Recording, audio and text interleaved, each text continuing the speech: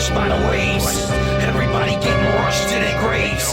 Everybody got enough to be saved, but they don't make heroes no more. Let's talk about NXT. While it's not my favorite episode, we do have a lot to discuss tonight. Of course, we have NXT No Mercy predictions. We're also going to talk about some chitter-chatter about the Performance Center. We're also going to talk about Bubba Ray and Booker T having words. So we're going to be in this thing for a while. So let's start with the Performance Center chatter. So earlier today, August the 27th, 2024, WrestleVotes puts out a tweet saying that Mark Shapiro of Endeavor had a employee conversation at the Performance Center where they told the talent that they will be moving the Performance Center to Las Vegas, which is probably going to be near the UFC Performance Center, or UFC Apex, I guess that's what they call it. This ran through the internet like wildfire. Even somebody like me kind of bought into it because I was like, oh, this sounds like something Endeavor would do. Sean Ross Sapp and Fightful, however, claimed that they tried to fact check this thing and they couldn't find any confirmation that this move is actually going to occur. WrestleVotes then doubled down and said that they were told that it's not immediate, but that it's going to likely happen over time, is that the Performance Center in Orlando will be closed down and they're going to open a new one in Las Vegas. So we don't know what's true or not. I tend not to really believe WrestleVotes because who is WrestleVotes, by the way? I don't know a single person from WrestleVotes, like none of them. So I tend to fall on the side of Fightful on this one, but let's entertain the idea that the Performance Center is going to move.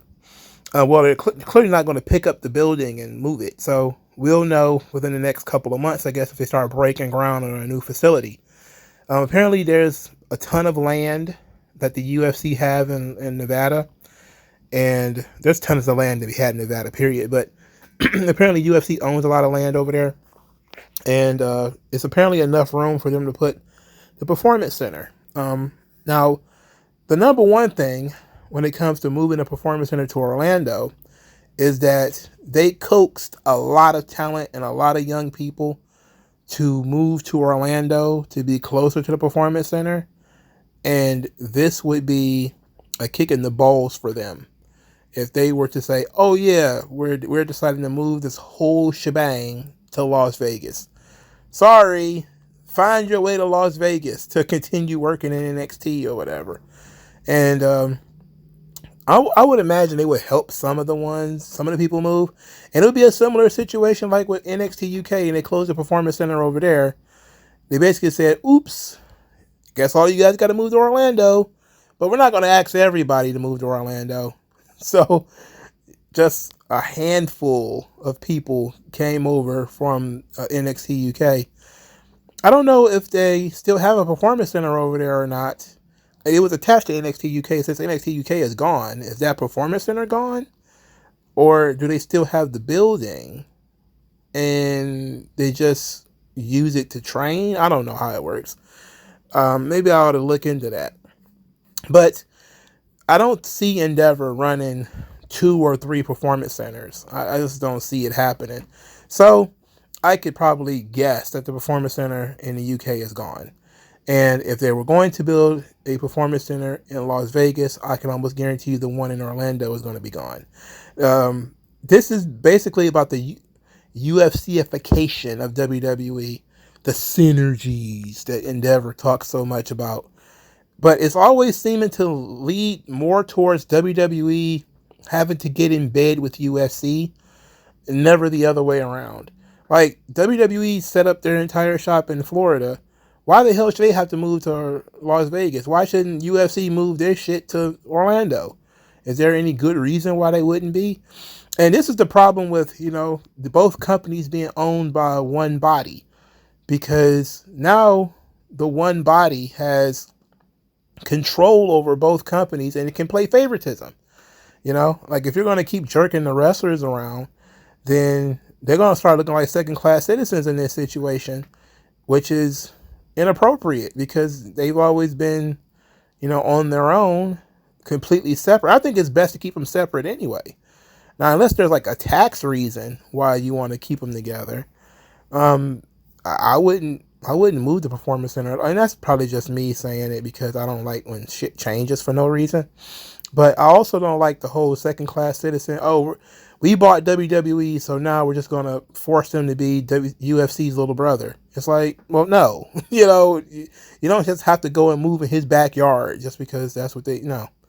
They can stay where they are. I don't see any good reason. Maybe it'll be explained one day if the move was to actually happen.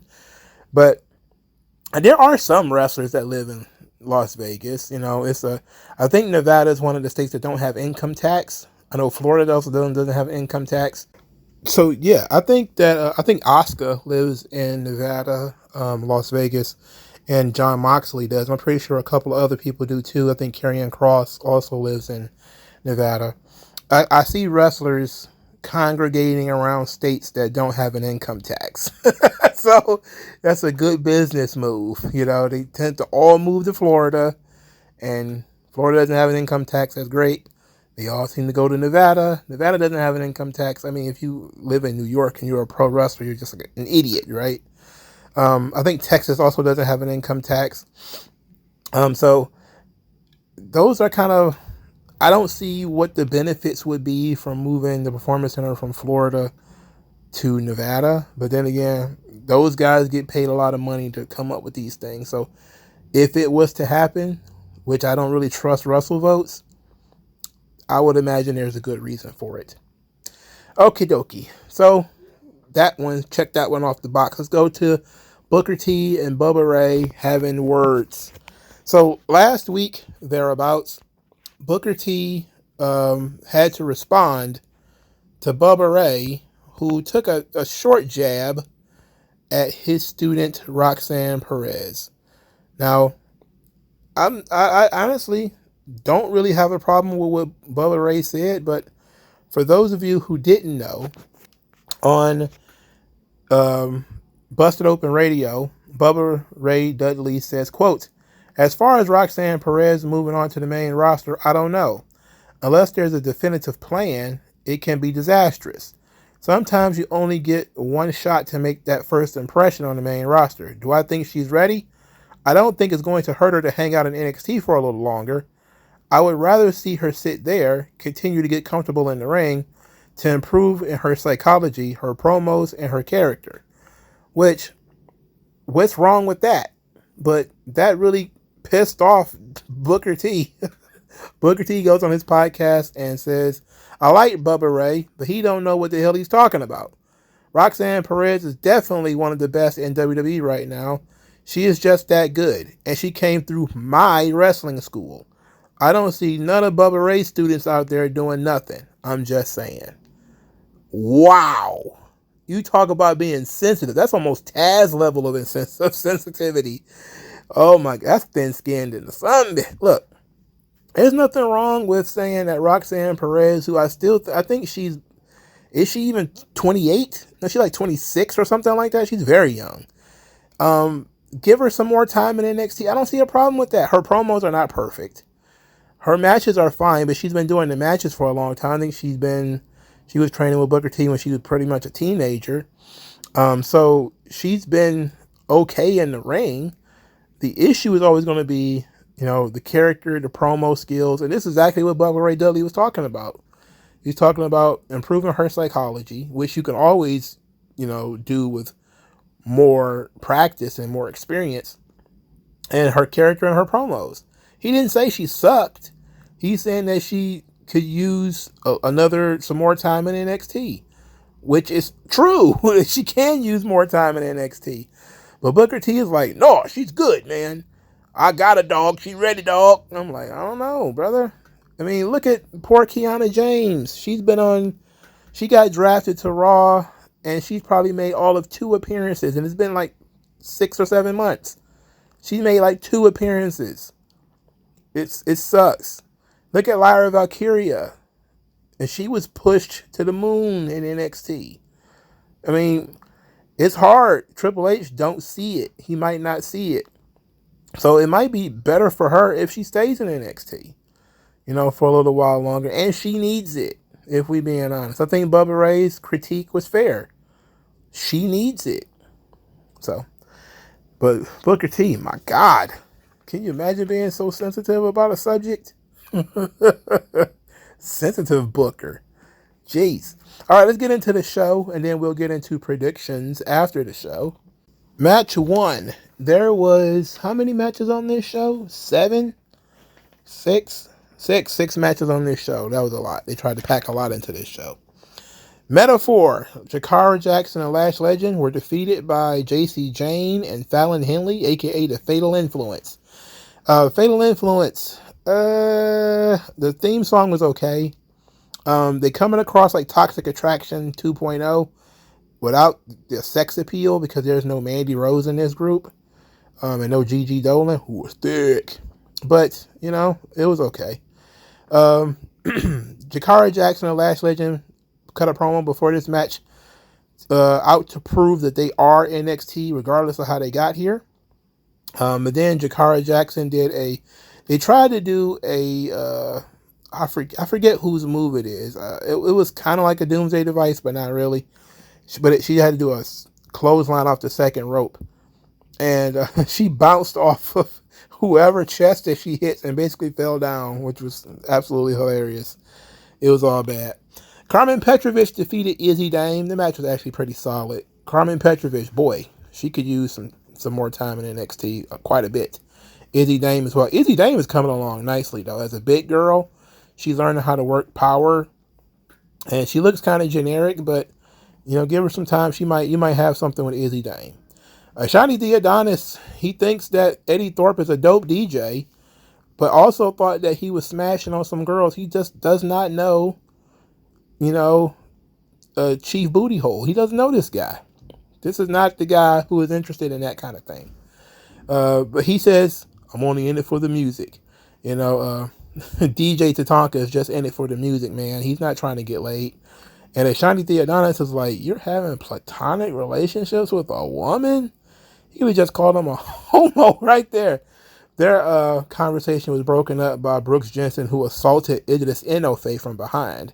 This led to Brooks Jensen having a match with Malik Blade later in the show, which was probably one of the better outings from Malik Blade. He actually looks really good. He was fiery. Those guys have been around for so long, man.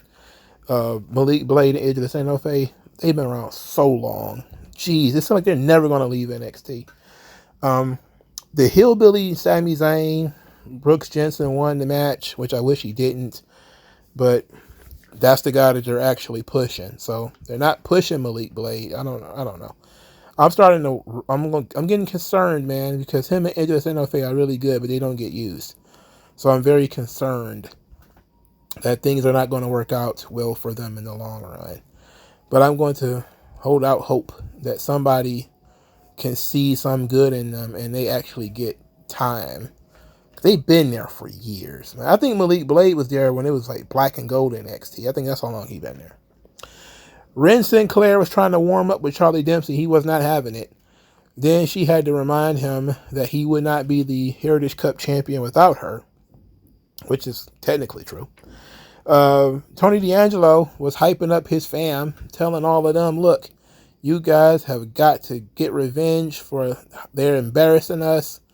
And then he had some goons, just like regular goons, hanging out like, boss, yeah, I got to show you something, boss. And he's like, nah, now's not the time. So they go out and they have the 6-man tag. Stax, Luca Crucifino, and Adriana Rizzo are defeated by, Charlie Dempsey, Miles Bourne, and Ren Sinclair. And they won with the best looking shatter machine I've ever seen. If you don't watch nothing else, you just see the clips. Look at this shatter machine. This is the FTR's finisher. And they did it better. Luca Crucifino and Stax did it better than FTR has ever done. And that's partially because Stax can actually jump. He can actually get in the air. But it was a very fun match, okay? Tony D'Angelo left in the middle of the match because the goons showed up again to let him know that there's some funny business going on. So he marched, and later on we get the scene. Tony D'Angelo goes to the restaurant. He's told that it's an emergency. Somebody took his spot. So he goes in there, and it's Obafemi sitting at the head of the table, the head of the mafia table. And Tony D'Angelo said that he got balls. That's his kind of guy. Obafemi said he doesn't need Tony D'Angelo's acceptance. He doesn't take disrespect. And it felt like Tony D'Angelo has been disrespecting him. And Tony D'Angelo said, look, I get the message. I feel like you've been disrespecting me too. Then he said he's going to prove that Obafemi is mortal this Sunday. Obafemi ain't trying to hear that. He said many have tried to prove that he was mortal, but he's the ruler of NXT. Tony D'Angelo will fail like they all have failed. I like this scene. It was something simple as, Obafemi sitting in his spot, commanding respect, got everybody shook. He just came in and does what he want to do. And it got to the point where they had to call Tony, like, look, this guy's crazy. Gigantic African dude just came in and took a seat, put a belt on the table. He's doing stuff. Stop him from doing stuff, Tony. Nobody can't stop him from doing what he want to do. That's a big dude, man. He can do whatever he want. They did a promo segment for Jada Parker. Oh boy, this one it was clear that they overlaid some of her audio because it sounded like she was reading some of this. But it said she signed to WWE 2 years ago. Then they basically walked us through her history of, going to the Performance Center, getting on television through the Breakout Tournament. Then, just basically working her way up through OTM and doing singles and pay-per-views and stuff by herself. Then she says that she's ready to go. She's ready to do this, even though she is a little bit banged up from the gauntlet the previous week. But she's not going to let that stop her. She said she's out to prove that she's not scared of this. She's been performing in front of crowds her whole life. She said that she's not a soccer player who became a WWE superstar. She's a WWE superstar who used to play soccer. I was like, that's what we needed to get out.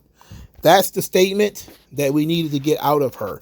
Probably could have, I guess you had to set the stage, but that's what we needed to get. We needed to get that the soccer athlete stuff is in the past. This is who she is now, and this is what she's good at. Roxanne Perez came in, mocked her story, says the same story Lola Vice and everybody else that she's beaten already has. And these stories always end in disappointment because Jada Parker is not the prodigy, and nobody is better than her. Then Jada Parker said she was going to slap Roxanne Perez, and then proceeded to slap Roxanne Perez. Then there was a person off screen, an individual off screen who caught Jada Parker's attention and says, well, I'll give you some too. And then that made Roxanne Perez look, and she actually got scared. So they're teasing that one of the signed performers, there's 3 of them to choose from, is going to show up at NXT No Mercy. Very interested in this. I think most of us kind of figure it's going to be Julia because she's been bouncing around in Japan. Each match has been her last match for like three weeks. But Stephanie's been waiting in the wings for a while, so maybe it'll be her. But we'll see. I guess No Mercy is is it exciting? Kind of, I would imagine. It's not too bad. It's not bad at all. All right, Pete Dunne was upset about losing his match last week and losing the opportunity to face the NXT champion. But said he's not going to bitch about it like Trick Williams. He's going to figure it out. I'm going to figure it out.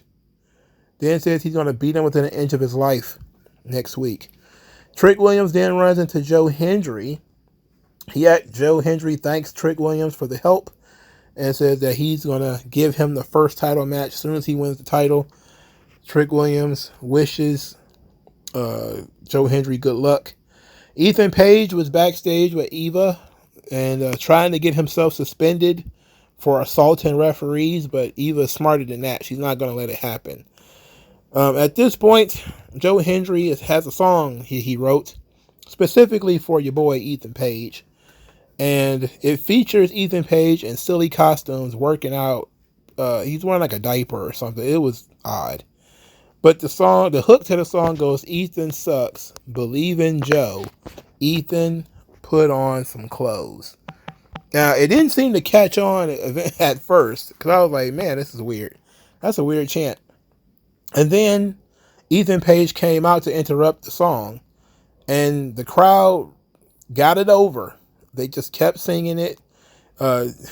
Ethan Page claims that the photos that Joe Hendry had were taken out of context and that this is slander. As they were having words, Eva came out.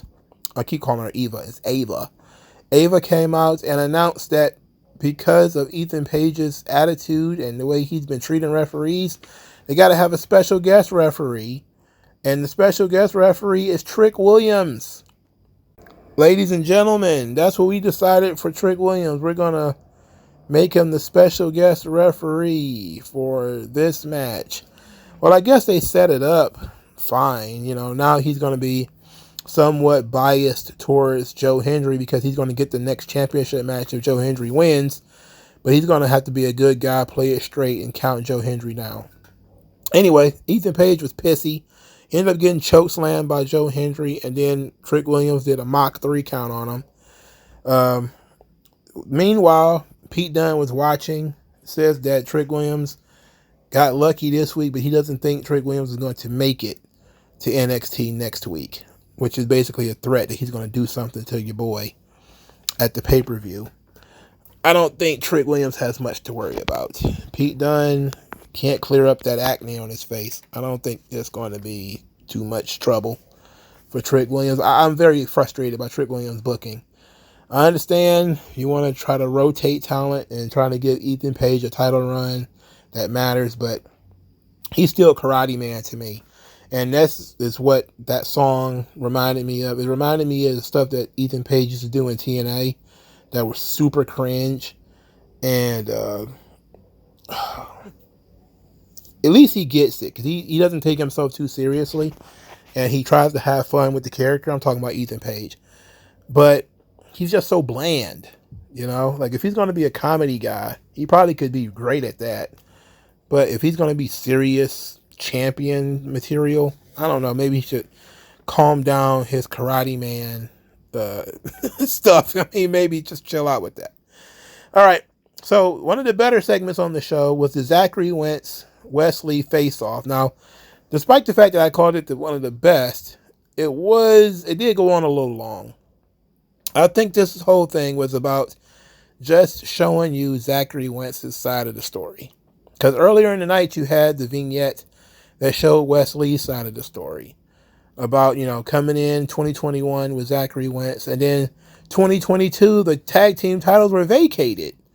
Poof, they just got vacated. I mean, sometimes you show up at a show and they say your championship is vacated. They don't tell you that, oh, was I injured? Did somebody get fired? You know, did somebody do Sig Heil in the mirror and get fired? Oh, no, the title was just vacated. It wasn't like an accident, like a rounding error. Somebody just pushed a button. All of a sudden, he wasn't a tag team champion no more, and his friend wasn't there. Because they did not talk about at all why he doesn't work there anymore. Can they at least explain? I'm not saying, you know, go into any details about what happened. Just say he got fired over something stupid. But it's like, oh, the titles were vacated. Like, huh? They just vacate on their own? Something? Did the titles just grow legs and walk off on their own? That's not what happened. Anyway, it's all about Wesley pulling himself together and saving his own career. So Zachary Wentz says that every team breaks up except MSK and the Rascals, and asked him if he's willing to piss away 9 years because he thinks he's some kind of big superstar. Wesley says he is a big superstar, and that Zachary Wentz just came back to get the NXT rub because he's jealous of Wesley. Zachary Wentz, he admitted that it was his fault MSK broke up and that he's ruined it. He had to take some time to mature, but it was because of his mistake that Wesley got to be in the main event, and that Wesley's success has always just motivated him. Wesley then said, you know what, it would have been great to win the tag team titles with you again, but then it would have just been nostalgia. And then I would have realized that we're on the same level. Then Zachary Wentz says, oh, he's trying to be cool, but you're the most sensitive guy in the world. You're about to quit NXT for a third time before we showed up. So Wesley reminded him, look, we're not on the same level. And then he says, well, you've been underestimating me. This is what Zachary Wentz said. You've been underestimating me your entire career. I'm going to make sure you fail, because Trey and I did what we could never do. That's when we became tag team champions. And so Wesley says, look, I'm a WWE superstar. You are a TNA wrestler. And he said wrestler Salt Lake. I am a WWE superstar. You are a TNA wrestler. You know, like this is your place here. This is good. You know, Zachary Wentz is not a great promo, but you could feel the passion, especially when he was talking about Wesley being injured and how he was there for him. He said, I couldn't be your tag team partner on screen, but I was your brother off screen. Like, that was great. You know, I wish they wouldn't have had Wesley say the same thing over and over again. Like, you're not in my level. We're on different levels. Yada, yada, yada. I wonder if that's going to fold into his next character or whatever, which hopefully it does. But this is going to be interesting. I never would have thought these guys wrestling each other would intrigue me, but it does. And I was actually very impressed with Zachary Wentz's promo. So this was good. You know, it's a good segment. Kind of went on a little long. And also, the ref, they had all this security and all these referees. Like, these guys going to tear into each other. And it took one ref each to keep them apart. So they were very well behaved for guys who are mad at each other. Very well behaved. All right, so Kalani Jordan went to the ring for a special challenge. Wendy Choo popped up on the screen and sent somebody to face her. And that somebody was goddamn Rosemary. Miss TNA, TNA's probably longest tenured wrestler on the entire roster, who never left. You know, even Gail Kim left. Rosemary never left. And she worked with Kalani Jordan, and she put her over too. So this was fine. This was not prime Rosemary, of course. Rosemary in recent years, probably like the last 3 or 4 years, have been doing mostly character stuff. She's much slower in the ring than she used to be. And so she's been doing mostly character stuff. So her losing is not really that big a deal. She's in her 40s, I think.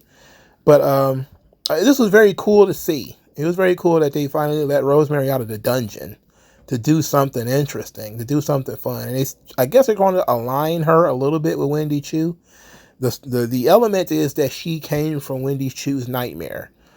And it's the demon realm, apparently. Because, you know, there's a demon realm in TNA where, you know, Father James Mitchell, and they teleport and stuff from there. So maybe they have a portal in Wendy Choo's brain?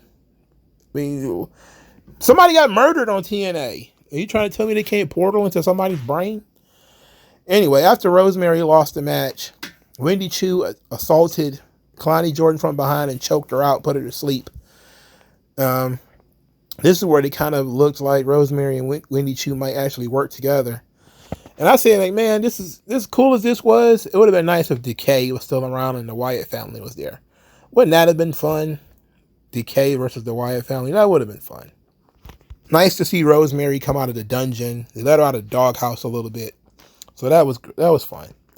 All right. Lash Legend and Jakara Jackson was upset about their loss earlier. Oro Mensah gives them a pep talk, and then Lexis King slides on the screen and said nobody cares about Oro Mensah's dad. Because the pep talk has something to do with Oro Mensah's dad, something he used to say. Oro Mensah then says that Lexis King does not have a dad or a father figure, and he got slapped. That led to a short brawl between the two. Man, that was the most... Lexis King does not come across as the guy who's just going to haul off and pop you. But he did it, which was funny. Lexis King is hilarious, bro. As an antagonist, he's funny as shit. I don't know why, but he's just humorous. Just looking at him makes me laugh. He looks like a Batman villain, you know, with the crazy beard and the colored hair and the goddamn teeth. It's hilarious. It's a genius gimmick. It's a genius gimmick. Anyway, Um, Chase University basically just had Fraxium show up. Nathan Fraser reminded everybody that he used to be a flag bearer for Chase U until he found Axiom. And they're the best tag team in the world and all that stuff. So that was no big deal. Javon Evans says that he's going to prove to Joe Gacy that he can wrestle and he can throw hands, which he kind of proved it. He could prove he could take some really great bumps. Javon Evans lost to Joe Coffey, but that was basically just due to the Gallus numbers game of those guys and, distracting the referee and doing all this kind of stuff. Javon Evans, he needs some work, most certainly. He even continues to laugh nervously. Like he has a nervous movement to him, a nervous laugh to him. I think he's comfortable in the ring, but he's got to work on that personality. Got to show up a little bit more personality. I don't know why he always sounds like his nose stopped up. And maybe that's just a young guy thing, but he just sounds like he needs to go blow his nose. I don't know what's up with that. I can't believe Joe Coffey is, going over on people in 2024. But then again, when you the workout buddy of The Rock, you're going to get a win here and there. So overall, NXT was solid. It was a solid show. They didn't break out anything big for the show, but having the Rosemary drop was fun. That was a fun little thing that they did for this show. Even though I think this show was taped, but it was still fun. So let's get into the predictions for NXT No Mercy. NXT No Mercy will emanate from Ball Arena in Denver, Colorado. Apparently, the setup is 7,733, and they have distributed 5,936 tickets. So they have over 2,000 tickets remaining to sell the building out. So about 6,000, if all those people actually show up, that's more than Collision has done. That's about what Dynamite does. About 6,000-7,000 people. That's like a regular Dynamite. It's like a small WWE house show. It's not bad for NXT pay-per-view, especially considering they have been deprived of some big stars that have left to go to the main roster. I'm talking like Ilya Dragunov and Carmelo Hayes, people that that you may know from watching this show for a while. And then Trick Williams is not wrestling, so they really leaning heavily on the TNA crossover to sell tickets, and hoping that Joe Hendry can pull in these viewers. And it's a solid number. I don't remember what they had for their last off-site pay-per-view, but about 6,000 people. If all those people show up, it's not terrible. It doesn't really matter that it's not a sellout. I mean, it's NXT, but it's not bad. And I know that NXT is going on the road for their first two shows, and I think they're doing around the same number for the first two TV products, which will be Chicago and St. Louis. We'll check those when we get there. But I think they're around 6,000 thereabouts, which is a solid number considering the state of this brand in 2024. All right, so in terms of the card, we got 6 matches. 6 matches on the card. I'm actually looking forward more to this than I am at Bash of Berlin. Let's get into it. Match 1. Chase University versus Nathan Fraser and Axiom for the NXT Tag Team title. I don't think you need to have Fraser and Axiom win, but I think it depends on what you're trying to do. There's been a lot of chatter about, the Lucha Brothers or the Motor City Machine Guns and all these teams coming in, and that all sounds great. But for right now, you just switched the belts. So you really want to switch them right back? I think switching the titles right back just kind of proves that the division is very shallow and there's not much to it. I know they teased OTM or maybe Hank and Tank being the top contenders next, but who the hell cares about either one of those teams? They both lose a lot. They're like 50-50 You never know whether they're going to win or lose it. Neither one of them are over. So I would imagine Chase U wins, and maybe they tell the story that Ridge Holland is going to cheat, or maybe they do the breakup where Nathan Fraser and Axiom finally separate and they finally go their own ways. They've been teasing that one for a while, so maybe it's time to do it, you know. But I'm going to go with Chase University. But I can easily see them deciding that the division is way too shallow to keep the belts on Ridge Holland and Andre Chase. But whatever. Match 2, Kalani Jordan versus Wendy Choo for the NXT Women's North American title. Well, I would imagine that Kalani Jordan's going to win. Wendy Choo, we still have no explanation of why she's being creepy and weird. We don't have any idea about Wendy Choo. She's not talking. She's just doing head tilts like she's Kane or, Jason Voorhees, which is really weird. But I would imagine that Kalani Jordan's going to go over here. And I really don't see it going any other way. So, Kalani Jordan. Match 3, Wesley versus Zachary Wentz. I would actually probably have Wentz win this match. Now, I know that Wesley should win. As the WWE guy on the WWE show, he should win. But unless you're going to push Wesley up the card to main event status after this match, which I'm not sure that they will, I think you want to get more out of this. And I think Wentz winning and driving Wesley crazy so they could continue this thing and maybe squeeze another match out of it, maybe on TNA's pay-per-view. I think that's the best option. I think trying to ring this thing a little bit more might be good. They're in this part of the feud where, Wesley has turned heel, but Zachary Wentz thinks that he can talk some sense into him. And I think this might be a time for Wentz wins the match and Wesley kind of has to,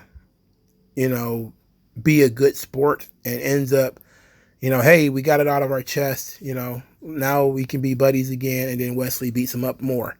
Maybe sends them away for a little while, and now Wesley has to fight Trey Miguel, and maybe you do that either on NXT or you do it on TNA's pay-per-view or whatever. And then you have Wentz come back, and you do a bigger match between the two. Theoretically a last man standing match or something. And then Wesley wins that match, and that's the end of the feud or whatever. But even though they would just be 1-1. But I think you want to get more out of this because of the amount of time they put together in the Rascals. To have one match and then that's it just seems like it's not enough. And I think if Wesley just beats him, that's it. I can't imagine how you could build Wentz up to have another match. So I would have Wentz win in a very cheap way, small package, roll up, something like that. And you just have Wesley beat him up after the match, and then maybe have Trey Miguel come out there and stop him. And that probably would be the best way to do it. I would certainly have Wentz win. Match 4, Jada Parker versus Roxanne Perez for the NXT Women's title. I'm actually mostly looking for Jada Parker's performance in this match. I don't expect her to win. Jada Parker is obviously one of my favorite wrestlers in the world. I mean, the girl is fine. She's fine enough. I'll let her lie to me right in my face. She can tell me whatever. She could tell me it's the sun is shining on my own ass. I'll buy some sunscreen. You feel me? That girl is fine. I drink glacier water for Jada Parker. You feel me? That girl fine. She new fine. She different. It's like you found fine on Mars or something like that. That's how fine that girl is. She can do whatever she wants. I don't think she's gonna win this match though. She's still pretty much a rookie.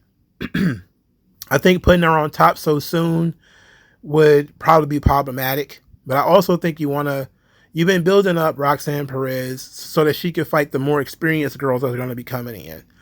And I think that's what you do. I think you have her beat Jada Parker. You have a built-in excuse where Jada Parker supposedly injured her ribs in the gauntlet. Maybe you have Roxanne Perez work the ribs, win the match.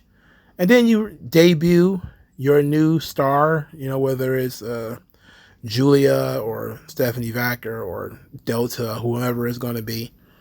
And you set that up for, I think, was it Halloween Havoc is their next pay-per-view, next TV show or whatever that's branded. I think you just go with that there. I don't see any reason why you would have Jada Parker win the title here, And I love me some Jada Parker, you know this. All right, match 5. Obafemi versus Tony D'Angelo for the NXT North American title. I've gone back and forth on this. I truly think that if Obafemi is going to lose the belt, losing it to Tony D'Angelo would not kill him at all. Tony D'Angelo is over with the crowd. He's a great character. He's a good wrestler. He's believable in terms of if he beat Obafemi, it would not be outrageous. It would not be offensive at all. The only problem here is Obafemi seems like the kind of guy where you want to keep the belt on him and really put somebody over by beating him. And I maintain that he should do the Keith Lee where he wins both titles and he has to give up the North American title. That's kind of how I would do it. But if you're going to have somebody beat him, it should be like somebody like Tony D'Angelo, who is over, who people believe in, who is believable, and it won't kill Obafemi to lose one match. They could always cheat, Tony D'Angelo and the family. They could do end runs around Obafemi and all that kind of stuff, and that wouldn't kill Obafemi at all. But I don't really lose in this scenario. Considering I'm a fan of both guys, I will accept the outcome, as either one of these guys would probably be a better NXT champion than Ethan Page, if we're being honest. But we're stuck with what we're stuck with, and there's not much we can do about that. But Obafemi, I think that he should win both belts and just walk around with 2-belt Oba, So, main event, Joe Hendry versus Ethan Page for the NXT title. Will NXT hotshot the belt to Joe Hendry just for the shock value of having a guy who doesn't work there as the champion? I think that could be fun. That could be interesting, but it's not likely. I mean, ultimately, WWE has not gone that far into the bag. I think that they like Joe Hendry. I think that they're very interested in Joe Hendry.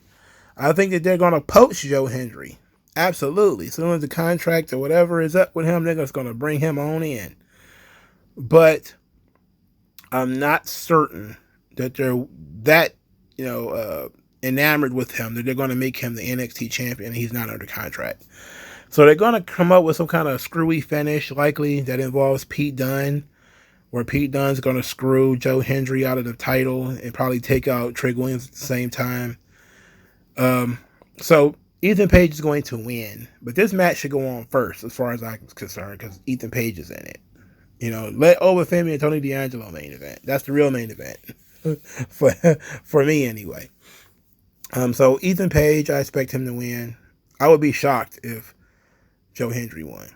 So to go through my list, Ethan Page over Joe Hendry, Roxanne Perez over Jada Parker, Obafemi over Tony D'Angelo, Kalani Jordan over Wendy Chu, Chase University over Nathan Fraser and Axiom, and Zachary Wentz over Wesley. So this show ought to be great. It ought to be fun.